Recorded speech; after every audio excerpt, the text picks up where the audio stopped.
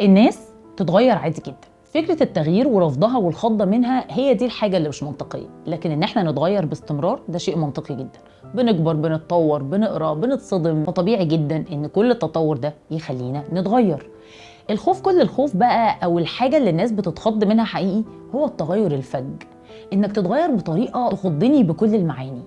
بس على قد ما نقدر طول ما احنا بنتغير او افكار عندنا بتتغير يبقى عندنا القدرة معاها كده بخط موازي ان احنا نشرحها صح، ان احنا نعرضها بطريقة تخلي اللي قدامنا فاهم المنطق في التغيير.